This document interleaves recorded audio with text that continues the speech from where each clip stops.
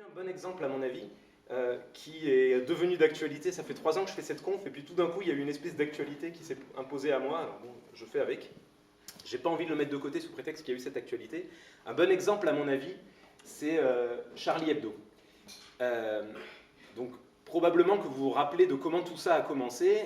Il y a eu des caricaturistes suédois ou danois. Ouais, enfin, les nordistes, c'est tous les mêmes.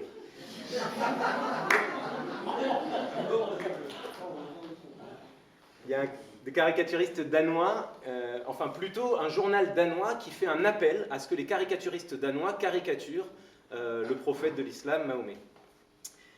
Donc il y a un appel à des caricatures, il y en a un certain nombre qui sont publiées, plus ou moins violentes, plus ou moins vécues négativement par des gens, enfin bon, il y a de tout.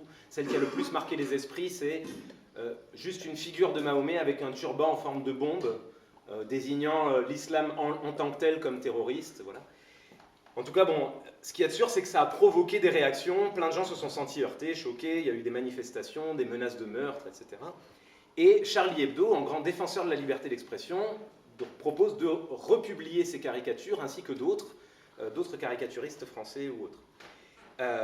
Ils sont attaqués pour incitation à la haine raciale par des organisations musulmanes et des organisations antiracistes. Et moi, le truc que j'ai trouvé dingue dans ce débat-là, c'est que le débat tel qu'il était posé à l'époque, c'était faut-il ou non interdire les caricatures du prophète? A-t-on ou non le droit de blasphémer? Voilà la nature du débat qu'il y avait. Et pour moi, le débat, c'était pas ça. Pour moi, le débat, c'était est-ce que faire des caricatures du prophète de l'islam, religion, des gens qui sont majoritairement dans les classes populaires, plutôt pauvres, issus de l'immigration qu'on a exploitée et issus d'une tradition, enfin, disons, qui viennent de l'immigration coloniale. Est-ce que faire ces caricatures à ce moment-là de l'histoire participe ou pas de cette mécanique raciste et de la construction d'un ennemi intérieur, de gens qui sont néfastes? Est-ce que ça y participe? Autrement dit, dans un autre contexte, donc la question pour moi n'est pas abstraitement a-t-on le droit de blasphémer, a-t-on le droit de caricaturer, mais concrètement, est-ce que les caricatures qui dans les années 20, 30, 40 sont sorties dans tout un tas de journaux pour caricaturer la religion juive, est-ce qu'elles ont ou non participé, au-delà d'une liberté d'expression, d'une mécanique qui a amené jusqu'à un génocide? Et pour moi la question elle est là, et c'est même pas tellement la question de l'intention. Est-ce que les gens de Charlie Hebdo avaient l'intention de faire du mal à des Arabes ou des musulmans? Pour moi, c'est même pas ça la question. C'est qu'est-ce que ça produit concrètement dans une société donnée? Et moi, je trouve que ce débat-là aurait été intéressant et qu'on en débatte. Qu'est-ce que ça crée? Après, est-ce qu'il faut l'interdire ou pas? Oui, non, j'en sais rien. Enfin, moi, je pense plutôt que non. C'est bien que les choses se disent, mais je suis pas sûr, comme vous. Mais en tout cas, voilà, le débat n'était pas au bon endroit. Il y a un deuxième débat qui me paraît central dans cette question. Ça a été dit par je veux dire son prénom, c'est Mathieu, mais enfin, bref. Vous ne le connaissez pas, donc vous ne voyez pas qui c'est. C'est la question de à qui est-ce qu'on veut donner les armes pour pouvoir choisir qu'est-ce qui peut être dit et qu'est-ce qui ne peut pas être dit. Qui peut le dire et qui ne peut pas le dire. Ça, c'était le débat que vous aviez à la fin. Il y a vraiment là, dans l'idée de liberté d'expression par la loi, l'idée qu'il y a des gens, parce que quelqu'un a dit on se fixe des règles collectivement. Je ne sais pas si vous avez participé à l'élaboration de ces lois. Moi, en tout cas, ce n'est pas le cas. Non. Blague à part, la société est plus ou moins démocratique, mais enfin plutôt moins que plus. Et donc il y a des gens qui fondent des lois qui disent que certaines choses peuvent être dites et ne peuvent pas être dites, et certaines personnes peuvent les dire et ne peuvent pas les dire. Même si ce n'est pas écrit comme ça dans la loi, dans les faits, c'est ça qui se passe. Par exemple, je reprends l'exemple de Charlie Hebdo. Quelle a été l'attitude de l'État, pas en janvier 2015, mais bien avant, quand il y a eu ces caricatures? Donc ils sont attaqués en justice, il y a un procès. Au procès, ils reçoivent le soutien de François Bayrou, membre de l'opposition de l'époque, François Hollande, membre de l'opposition, enfin leader de l'opposition, bon, je sais pas trop, enfin, de l'opposition de l'époque, et Nicolas Sarkozy, à l'époque, ministre de l'Intérieur. Les trois partis qui sont représentatifs de ce qu'est le pouvoir potentiellement, etc., sont tous venus au procès de Charlie Hebdo ou ont envoyé un courrier pour soutenir Charlie Hebdo. Les médias étaient absolument unanimes sur le soutien à Charlie Hebdo. Le tapis rouge leur est déroulé à Cannes. Ils vont à Cannes. Comment il s'appelait? Philippe Val, directeur de Charlie Hebdo, grand défenseur de la liberté d'expression, après avoir gagné ce procès, est mis par Nicolas Sarkozy à la tête de France Inter, la première radio de France. Donc voilà. Et Et de là, il décide de virer Guillon, Porte, des gens comme ça qui ont des discours anti-Sarkozy. Sachant que, j'ai oublié de préciser un truc, quand on voit que les 3 gros partis au pouvoir soutenaient Charlie Hebdo et soutenaient cette dynamique de caricature du prophète, on se dit, enfin moi je me dis, à une époque, la liberté d'expression, c'était la liberté d'être subversif par rapport au pouvoir, d'attaquer le pouvoir, de le déranger. Non, maintenant, on dirait que les grands défenseurs de la liberté d'expression sont ceux qui disent des choses que le pouvoir soutient et consensuel absolument avec eux. Donc voilà quelle a été l'attitude de l'État à l'égard de Charlie Hebdo à l'époque. Je vais prendre un autre exemple, qui lui aussi est d'actualité, qui est l'exemple de Dieudonné. Dieudonné tient des propos que beaucoup jugent terriblement antisémites, insultants, agressifs, infamants, qui ridiculisent la Shoah, etc. Donc plein de gens sont choqués par les propos de Dieudonné. De la même manière, à mon avis, que plein de gens sont choqués par les propos de Charlie Hebdo.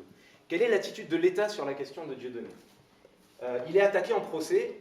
Il y a quelqu'un qui menace d'interdire son spectacle à Nantes. C'est l'organisateur, la salle. Le tribunal décide d'invalider la proposition de censure, en fait, que le spectacle ne puisse pas avoir lieu, donc le spectacle peut avoir lieu.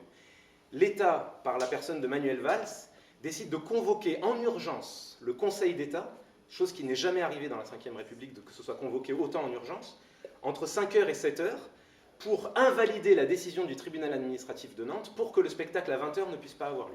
Le spectacle à 20h n'a pas lieu, le DVD du film est interdit, etc. Et puis, il y a une certaine unanimité médiatique, politique, etc., pour considérer qu'il est légitime de ne pas permettre à Dieudonné de s'exprimer.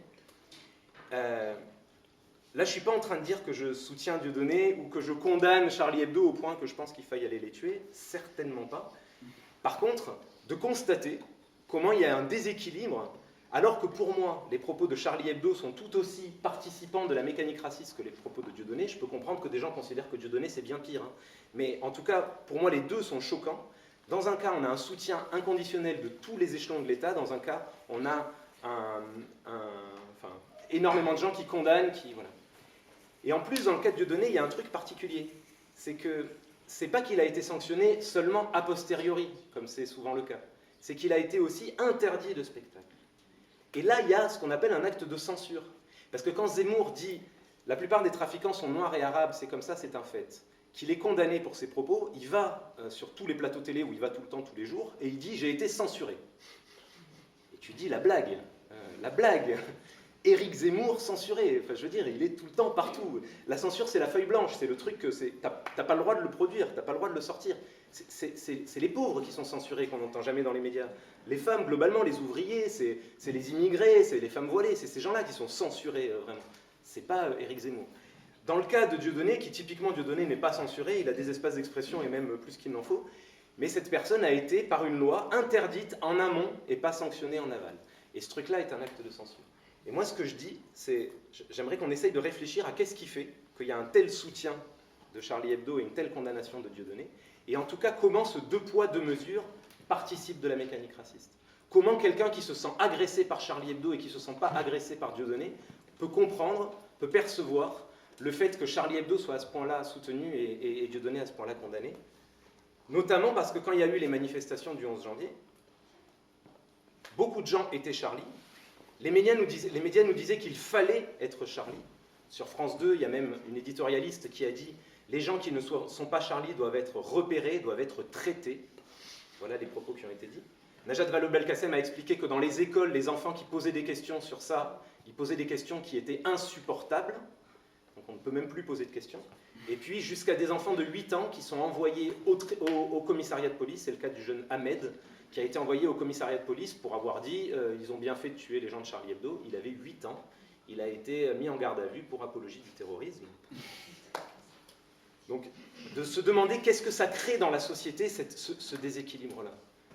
Et d'où il vient. Et malheureusement, le truc, c'est que Dieudonné, il s'en sert, mais comme c'est pas permis, quoi. Dieudonné, il se sert de ce deux poids, deux mesures à un point inimaginable. Il nous explique que c'est très simple. D'où ça vient? C'est parce qu'on n'a pas le droit de critiquer les juifs, puisque c'est eux qui dominent le monde. C'est son argumentaire, mais alors il est servi sur un plateau d'argent par tout le monde, parce qu'on ne fait pas un truc... Voilà. Et donc, tout ça pardon pour cette longue parenthèse, pour dire, soyons attentifs à qui on donne les armes et qu'est-ce que ça crée et comment est-ce que ça peut créer des fractures. Comment est-ce que les gens qui n'étaient pas Charlie regardent les gens qui disent « je suis Charlie ». J'ai fait cette conférence dans un collège où il me racontait que pendant une semaine, dans la cour de récré, les Arabes étaient d'un côté, les Blancs étaient de l'autre côté. Pendant une semaine. Parce qu'une telle avait publié « je suis Charlie » et les autres disaient « t'es Charlie », alors ça va être la guerre entre nous. Donc qu'est-ce que ça crée ce truc ?